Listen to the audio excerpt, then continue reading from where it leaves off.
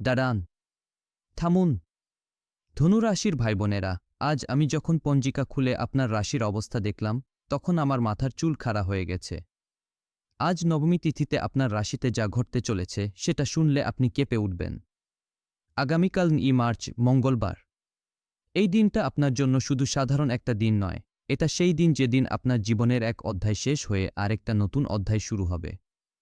কিন্তু শুরুটা হবে ভয়ঙ্কর এক বিপদ দিয়ে। আজ রাত পর্যন্ত আপনার কপালে যা লেখা আছে সেটা জানলে আপনি এই মুহূর্তেই বসে পড়বেন। মীন রাশিতে সূর্য আর বুধ মিলে আপনার তৃতীয় ভাব থেকে কী বার্তা পাঠাচ্ছে সেটা জানলে আপনার ঘুম উড়ে যাবে। আপনারা ধনুরা সাধারণত খুব সাহসী হন, কিন্তু আজকের পরিস্থিতি আপনার সাহসকেও কাঁপিয়ে দেওয়ার মতো।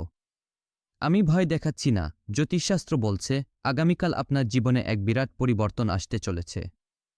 সেই পরিবর্তন ভালো হবে নাকি মন্দ, সেটা পুরোপুরি নির্ভর করছে আপনি আজ রাতের মধ্যে কোনো কাজটা করেন আর কোনো কাজটা করেন না তার উপর। কিন্তু এটাই শেষ নয়। এর চেয়েও বড় কথা হচ্ছে আপনার রাশির অধিপতি বৃহস্পতি বক্র হয়ে রয়েছেন মিথুন রাশিতে। মানে আপনার সপ্তম ভাবে বসে উল্টো দিক থেকে আপনাকে দেখছেন। বক্র বৃহস্পতি মানেই সম্পর্কের হিসাব নিকাশে গোলমাল। আপনার জীবনসঙ্গী, আপনার ব্যবসায়িক পার্টনার, আপনার কাছের বন্ধু, এদের কাউকে নিয়ে আগামীকাল বড় একটা সমস্যা তৈরি হতে চলেছে। যে বিশ্বাসটা নিয়ে আপনি ভাবেননি সেটা থেকেই আসছে বিপদ। এবার শুনুন, আমি আপনাকে একে একে সব সতর্কতা বলছি। প্রথম সতর্কতাটা শুনলে আপনি নিজের কানকে বিশ্বাস করবেন না। আগামীকাল দুপুর 12টার পর থেকে রাহু আপনার দ্বাদশ ভাবে বসে কি করছে জানেন? ওই সময়ে কোনো অপরিচিত লোক কাছে এসে যদি কিছু বলে, কখনোই বিশ্বাস করবেন না। কারণ ওই সময়ে আপনার টাকা নিয়ে যাওয়ার যোগ তৈরি হয়েছে। শুধু টাকা নয়, আপনার মানসম্মান নিয়েও খেলা হতে পারে। যে জিনিসটা আপনি বছরখানেক ধরে সামলাচ্ছেন সেটা আগামীকাল এক লহমায় শেষ হয়ে যেতে পারে। এবার যেটা বলবো সেটা আরও ভয়ঙ্কর। আপনার তৃতীয় ভাবে মঙ্গল আর বুধ একসঙ্গে রয়েছেন। মঙ্গল মানে আগুন, বুধ মানে বুদ্ধি।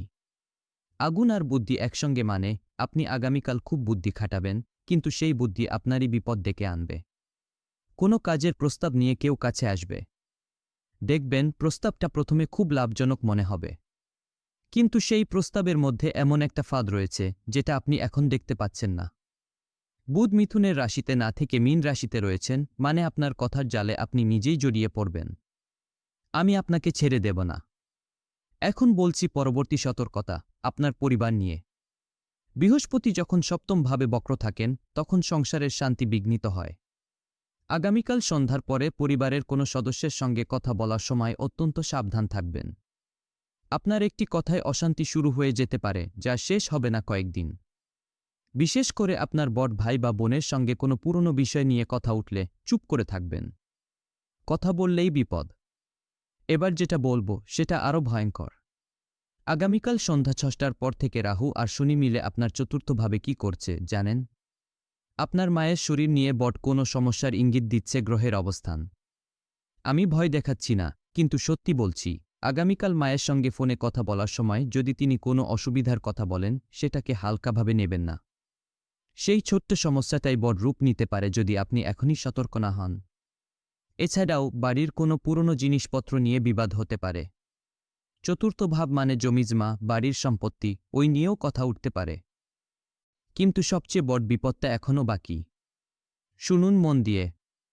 আগামীকাল রাত 9টার পর থেকে আপনার পঞ্চম ভাবে কি ঘটতে চলেছে সেটা ভাবলেই আমার গা শিউরে ওঠে। শিশু সন্তান যদি থাকে তাদের কোনো কাজকর্ম নিয়ে আপনি অবাক হবেন, কিন্তু সেই অবাক হওয়াটা ইতিবাচক নাও হতে পারে। সন্তানের কোনো পুরনো বন্ধুত্ব বা সম্পর্ক নিয়ে অপ্রত্যাশিত কিছু ঘটতে পারে। যেটা আপনি ভাবতেও পারছেন না সেটাই সামনে আসবে। আর যদি সন্তান না থাকে তাহলে আপনার নিজের সৃজনশীল কাজ নিয়ে কোনো ধাক্কা আসতে পারে। আপনি যে প্রকল্প নিয়ে এতদিন ধরে ভাবছেন সেটা হঠাৎ করেই থমকে যেতে পারে।